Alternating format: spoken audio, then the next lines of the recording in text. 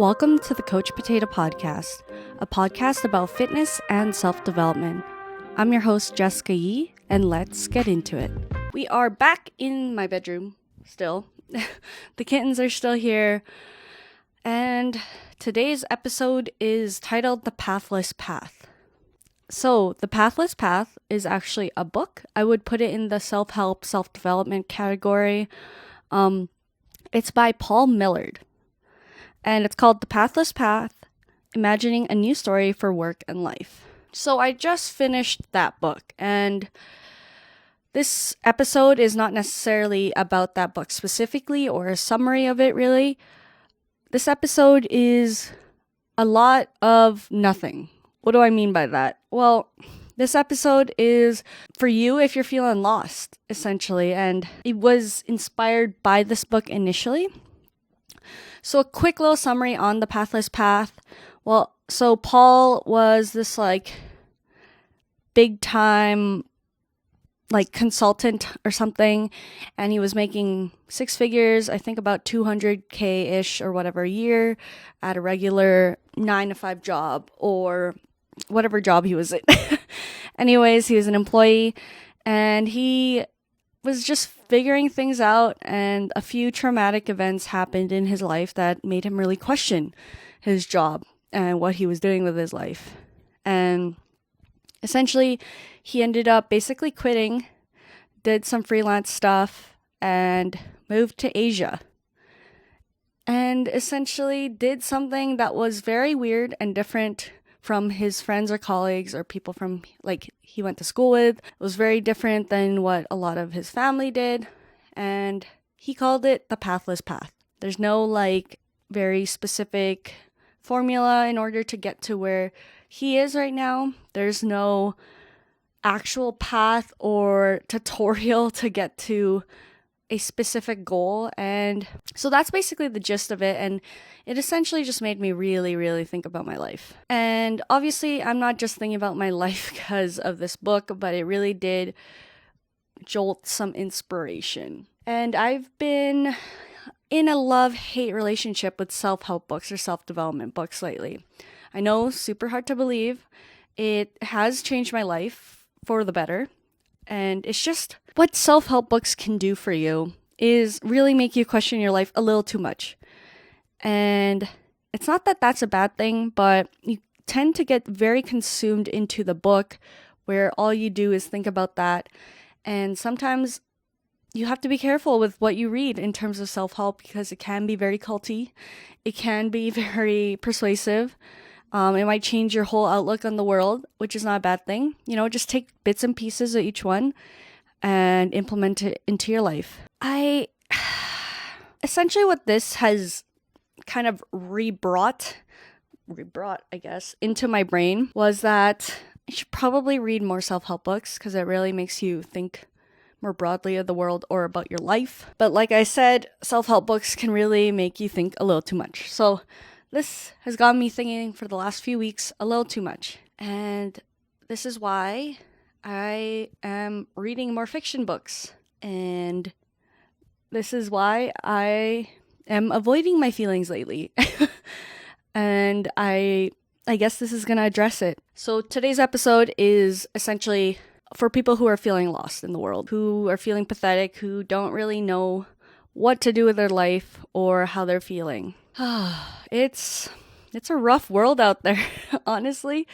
I'm almost 28 here in about a week or so. I'm getting closer to that 30, the 30, and I am a little more scared to turn 30 than I might I'd like to admit. I'm not sure if where I'm at with my life is what I want to be or what I want to do, and I always question this age thing, and I'm always trying not to speed through life or trying to compare myself or trying to, I don't know. I'm trying to not put myself in a position where I'm constantly worried about turning 30 and feeling unfulfilled, because that's honestly, subconsciously, that's everything I've been feeling lately. And this book has just kind of really brought it to the surface and to the forefront of my mind. And it's when people look at me, they're probably unless you listen to like the first episode of this podcast, they're probably like, man, she's got it all. She's got the husband, she's got the dog, she's got the house, she's got this, she's got that. Like, having a husband and a home or like a house that you bought is not necessarily making it. And that's what this book has kind of like really brought to like my attention in terms of life. It's like, I'm very happy in my relationship, by the way.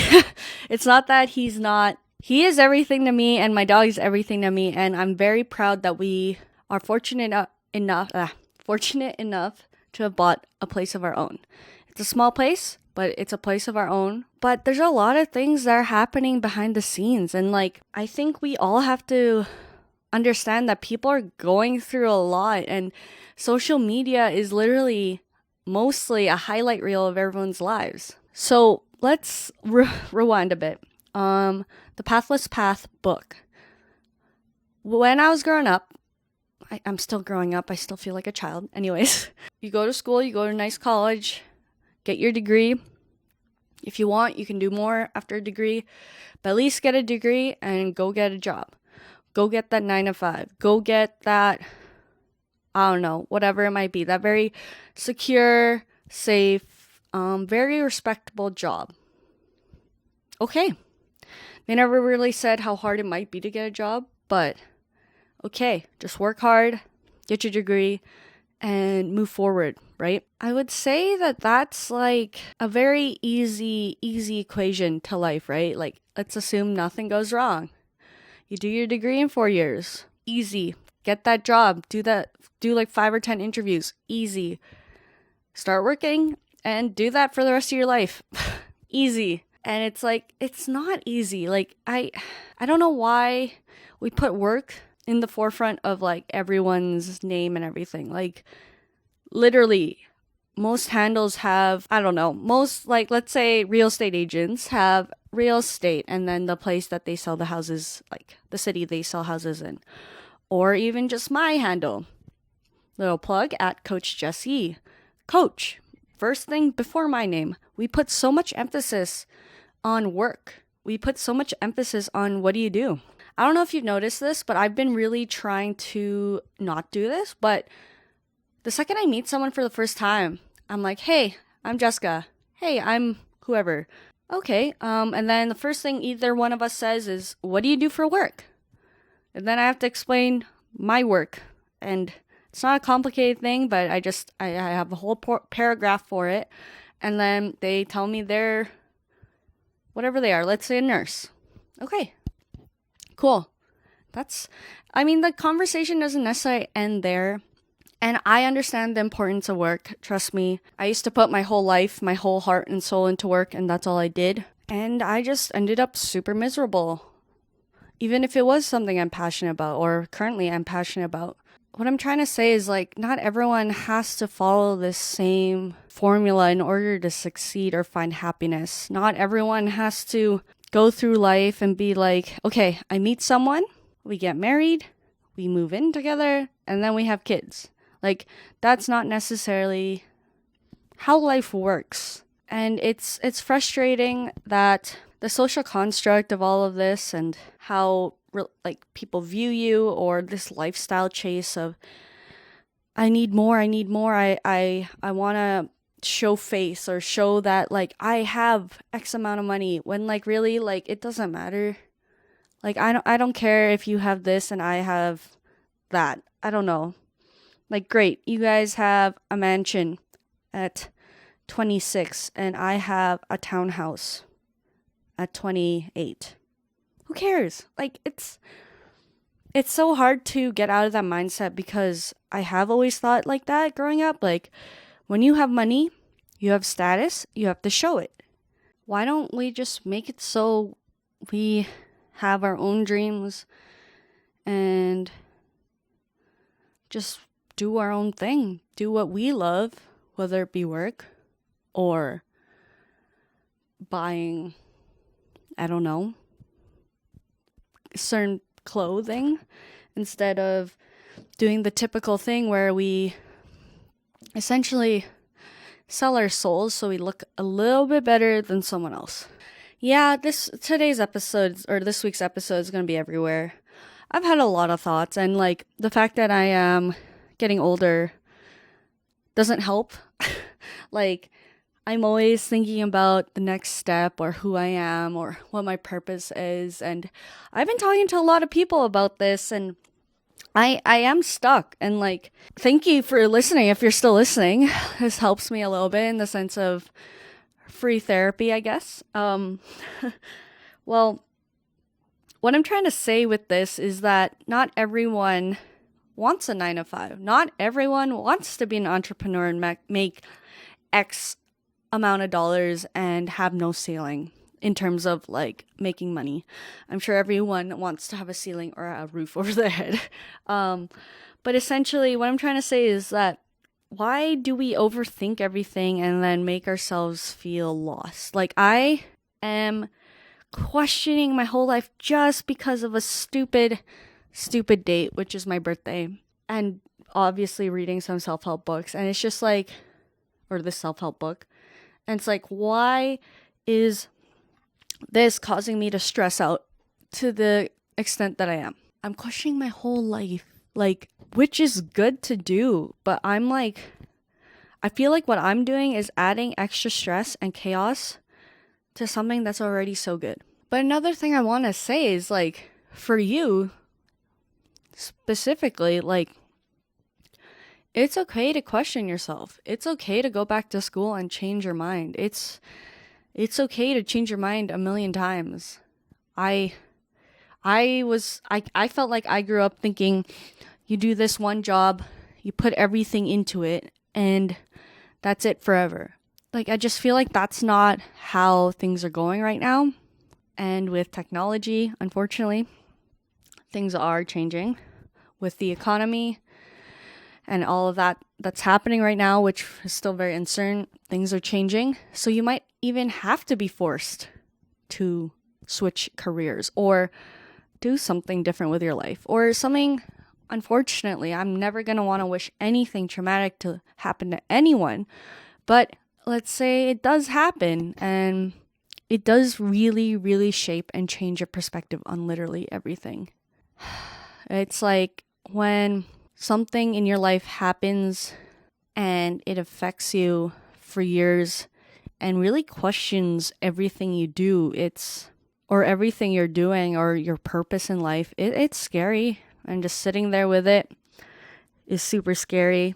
But my, I guess, advice for this week is sit down and talk to yourself about what you truly want out of life, whether it be a career change, whether it be, why did I buy a massive mansion when I could just be living in a smaller house and still be super happy with that? Whether it be leaving the city and moving somewhere else and just starting a whole new life there, even though no one agrees that you should do that, or completely just being like happy with where you are. You don't always need to strive for the next thing. You don't always need to add chaos to the current content moment. I know we can all be really scared of being content and happy sometimes because we're just so used to being sad or scared or anxious all the time. And it's okay to feel happy too. I know this episode went from one thing to the other, but essentially what I'm trying to say is, like, think about what you need out of life. You specifically. Yeah, just sit with yourself, write it out, figure out what works for you. I'm still going through it. Do what you need to do in order to figure out what your path might look like. Also know that the path is not linear, no matter what people say. I thought it was for the longest time, and it took me 6 years to complete my degree after failing a billion classes. So, I mean, I'm here. I got my degree. We're all good here. So it happens. Things are not as linear as we think in life, and people who think it is are just, honestly, I'm sorry to say, just don't have any perspective on the world, or like there's just so much going on out there that if you think it's linear and easy, something's wrong. Like maybe I don't know. Just talk to someone maybe. Cuz everyone is going through something, and yeah, just focus on you, sit with yourself, be honest. It's scary to be really, really honest with yourself. Put the ego down. No one else is there but you. Maybe your pet is there, but try to make sure it's just you, a piece of paper, and a pen, and your thoughts. It's scary. I know it's scary, but it'll be worth it, and it'll be good for you. Thanks for listening or watching today's episode, and I'll see you next week. Bye.